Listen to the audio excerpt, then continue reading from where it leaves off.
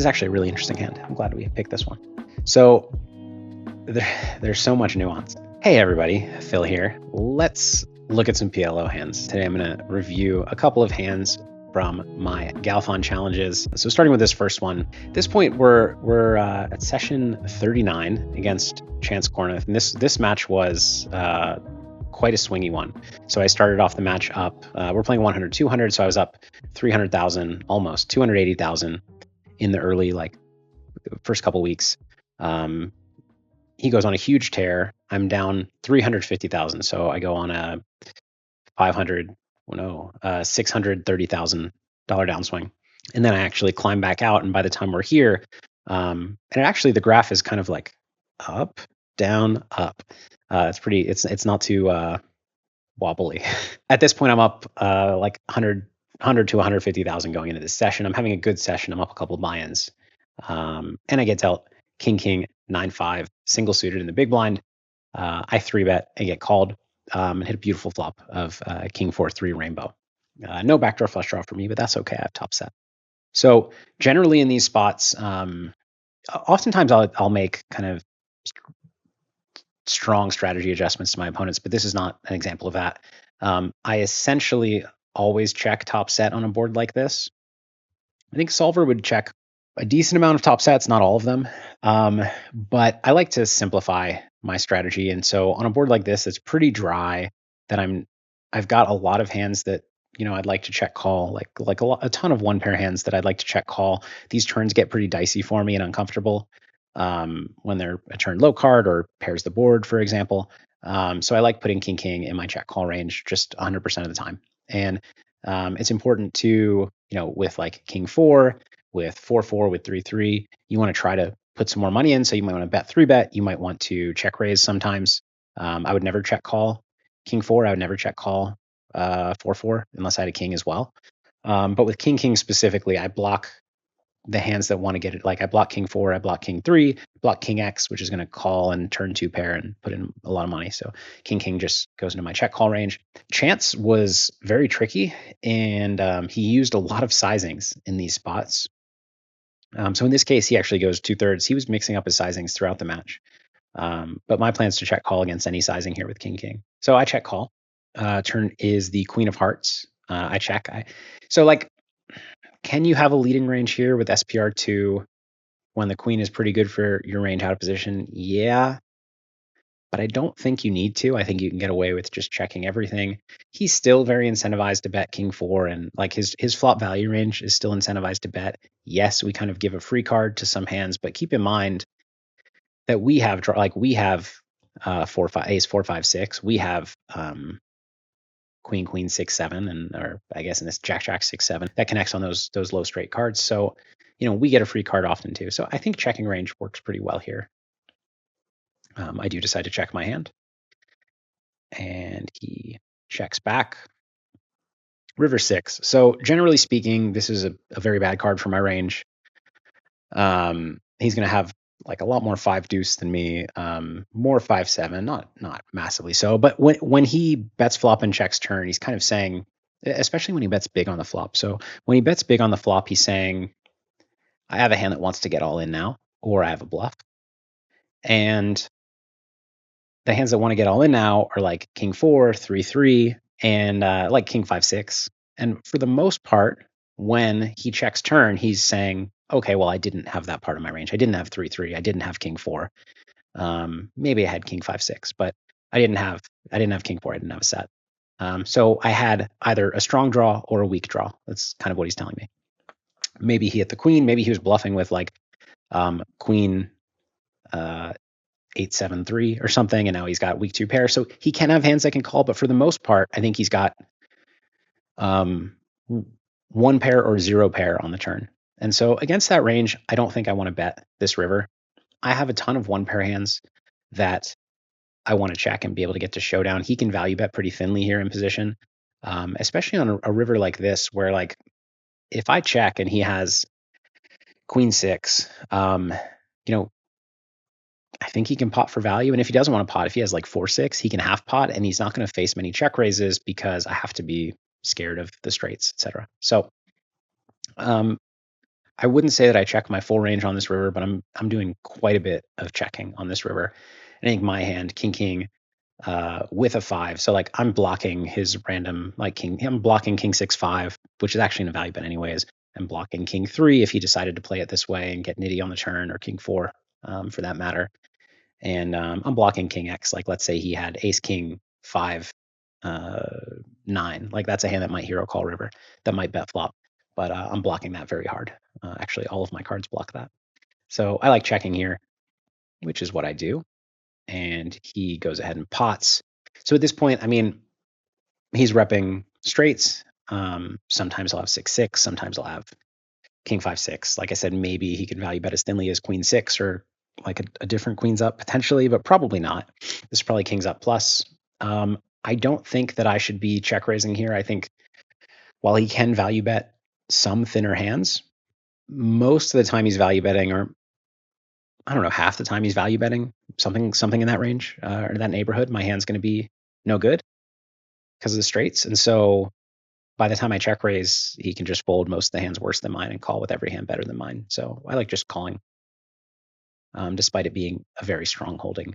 Now on like a river 7, gets a little bit closer because now only one straight gets there. And therefore he's going to have a straight less frequently, and he's going to potentially value bet more 2-pair hands. So on river 7, maybe I go for the check raise here with the second nuts rather than the third nuts here.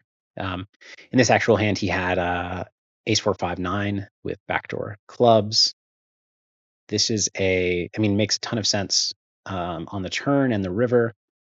His flop play is kind of, it's aggressive, and like betting this like caliber of hand is good, but I would tend to check back with a nut flush draw, check back with like the second nut gut shot, and like this is a good hand on an ace turn, a 4 turn, which are turns I'm going to be pretty aggressive on out of position. So I think I would have checked his hand on the flop, but certainly fine to bet hands like these. And then I think he is right to bet the river. You do have to be a little bit careful here because you fold a decent amount of 5 deuce pre-flop. You don't bet all of your 5 7 on the flop or all of your 5 deuce on the flop. And then you get to the river with a lot of like 6 5, 4 5, 3 5. Even just like total air that you bet the flop with, or like ace deuce 7 8. So you have a lot of bluffing candidates. You have to be careful not to overdo it. But because you can go kind of thinly for value with 2-parent stuff, you get to use quite a few of them. All right, let's look at another hand. All right, so this is a pretty interesting one. Also from day 39 against Chance. At this point, I am up 100K this session. So session's going well for me. And it looks like it's going to keep going well because I flop full house in a single raise pot. So he raises button. I call the big blind with ace 9 8 3 with an 8 high suit. Flop is ace 9 9. It goes check check. And I have my first couple decisions on the 10 of spades turn. So I decide to check my hand. Blocking the ace, it's kind of tough to get called down twice. And I do think Chances, like he likes, he traps the flop a decent amount with like 9x, or he checks the right amount of 9x. He is checking the flop with a lot of 10-10, so I don't necessarily want to blow the pot against that, although I'm looking to play a big pot. But yeah, essentially in this spot with my hand, you just want to mix it up because you need this in kind of all of your ranges. I like checking when I unblock like every draw because he's gonna do a fair bit of betting with draws, of course, and then continue potentially bluffing river. I have a lot of like weak ace X that want to call here. I have a lot of king jack 10 that want to check call, and similar type hands. So I think this is fine to check call. It's also fine to bet. When I half pot, which is my sizing here on the turn, he's going to call with a lot of draws and then potentially have to bluff river. But somehow I kind of feel like the way this plays out better as a check call, because what happens when I bet, so let's say I bet turn and river is the offsuit 4, and then I go for a check. Like if I bet, he's got a lot of misdraws that he folds, or like king 10 jack that he folds. If I check, the problem is here, I look like a check raise. river check raise, or air. And so if he has any kind of showdown value, like any pair, he's just going to show it down. He's just going to check. So I don't think you actually induce a lot of bets. Like, yes, he'll bluff sometimes, and yes, he'll value bet 9x, and yes, he'll value bet some ace king. But for the most part, you don't induce a ton of bluffs because a lot of bluffs just end up having showdown value. So I think this plays pretty well as check call, which is what I do. I don't like check raising this turn because, first of all, like I'm blocking the hands that I want to call me, ace x and 9x. And I actually do run into 10-10 sometimes. Again, I'm looking to get a lot of money into this pot. I am going to be check raising rivers. But because of the makeup of his range, if I start check raising now, I just get him to fold a lot of stuff. Whereas he can actually make some stuff on the river and then call a check raise. So I do check call, river's a queen. So for example, he could make, on this river, he could make jack 8. He could make king jack. He goes ahead and pots. And I go for the check raise. I didn't pot it. I'm not sure. I mean, I think I just pot my hand. I'm not sure why I didn't. And he actually shoves, putting me in a very tough spot. So I mean, I know I have ace 9, which is a huge hand. But when he bet 3 bets, so when I check raise this river, I'm saying that I have a full house. And I don't think that I'm saying, I don't think I'm saying I have a straight. Like against pot, I think king jack just calls. So I'm saying I have a full house. So when he jams, he's saying I can beat a full house, which means he's going to have quads or a full house. Now, it's an interesting kind of hand reading exercise because this is actually a really interesting hand. I'm glad we picked this one. Props, Thomas. So there's so much nuance. So on this river, I lose to 10-10, I lose to queen-queen, and I lose to ace-ace. Ace-ace is going to play this way, but I block ace-ace with the ace. So, and ace-ace is not always going to play this way. I think he usually bets flop with ace-ace. Sometimes he checks it, and then he plays it this way the rest of the time. But usually he's bet flop. 10-10 is going to play this way up until river very frequently. And then, but we'll get back to what it does on the river next. And then queen-queen is always going to 3-bet the river if he's gotten here this way. But what queen-queen hands are going to bet the turn? Basically, queen-queen 9, ace queen-queen, both of which I block. But he's not just going to bet the turn with queen-queen jack or queen-queen 5-4 with spades. Those hands are just going to check. So he actually doesn't get to the river with a lot of queen-queen, and the queen-queen he does get to the river with, I block with my ace and my 9. He doesn't get to the river with a ton of ace-ace because I think, well, first of all, I block it. Second of all, I think he bets the flop pretty often. But he gets there with a little bit of it. And then, so then there's 10-10. And so the really interesting thing about 10-10 is that when I check call turn and check raise river, I actually look a lot like queen-queen. And so there's a chance that if he's sitting there with 10-10, like a pretty good chance that if he's sitting there with 10-10, he doesn't feel good about repotting it. Because, you expect me to have some slow plays on the turn like this, but for the most part, if I have like 10-9, I'm usually betting the turn. If I have queen 9, I'm usually betting the turn because those aren't like great traps. They're just better bets. And so actually a lot of my boats are either ace 9, like I have here, or queen queen. And I actually think it looks a lot like I have queen queen. So I'm not sure that he's going to bet 3-bet 10-10 in this spot very often. Yeah, I guess I can have queen 9 like 4-4, like really weak 9x, but for the most part I'm betting 9x on the turn. So when I look like queen queen, I think he actually might not 3-bet 10-10. Like I said, I don't think he has queen queen very often due to the turn play. And ace ace, there are very few of those. So I ended up calling here. I mean, pause before I call. I also have to think of bluffs. So what is he bluffing with? And then is he sick enough to go for the 3-bet bluff? And actually, that's a tougher question because he's not going to start bluffing river with queen x. Like he's just going to show down queen x if he's bet turn and then rivers the queen. So like if he has queen jack, whatever, he's checking. If he somehow has queen 10, which I don't think he's going to have very often, he's checking. 9x makes a little bit of sense. And then it's going to have to be like king, queen, jack 8.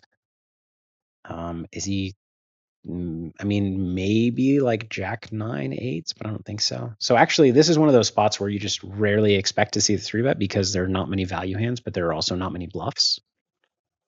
There's also the added element of, he's down 100,000 today, which some people end up over bluffing in spots like that, and some people end up way under bluffing, and they just like don't want to get into trouble.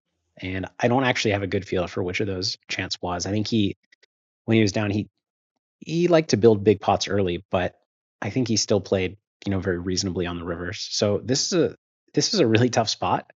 And the funny thing about spots like this is that sometimes, like based on your opponent and based on their mood and the way they think about the game, you could be up against like 90% bluffs, and other times you could be up against 98% value. Like they might just always have it. So like to this day, I mean, I know what happened in the hand. I don't know if I like my play or not. I used my entire time bank and called. He actually did have king, queen, jack with spades. It doesn't really tell me too much other than he's capable of this. Props to Chance on a really, really good play, because he recognized that like he's not going to have queen x to bluff with without a straight. He's not going to have queen 10. He's not going to have 10x. Like, yeah, he's not going to have 10x to bluff with. So what's he going to bet 3-bet with? If he's ever going to have bet 3-bets for value, it's got to be hands like this for bluffs. So this tells me that, my call is at least fine. Don't know if it's good or not, because this is one of a few hands that can do this. I think actually, I mean, against your average, like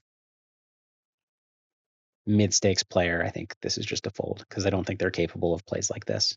But clearly Chance was, and I was fortunate to win this pot. Still, I'm not sure if I like the call or not, but happened to work out, and I did go on to win that challenge. Kind of like the straight lineup continued. Hopefully you found that interesting, and yeah, let me know what you thought of this type of review. I love PLO hands. I love challenge hands. So happy to do more of them. And if there's any, actually, if you watch the challenges, or if you go back and watch highlights, or watch the challenges, or go back and watch full videos of challenges, if they exist out there, there's a hand you're curious about, link me to it in the comments below, because I'm no secrets here. I'm happy to review any hand that I played and let you guys know what I was thinking. But yeah, until next time, good luck getting your opponent to bet 3-bet bluff river and making the right call when I'm not even sure if it's right. I'll see you next time.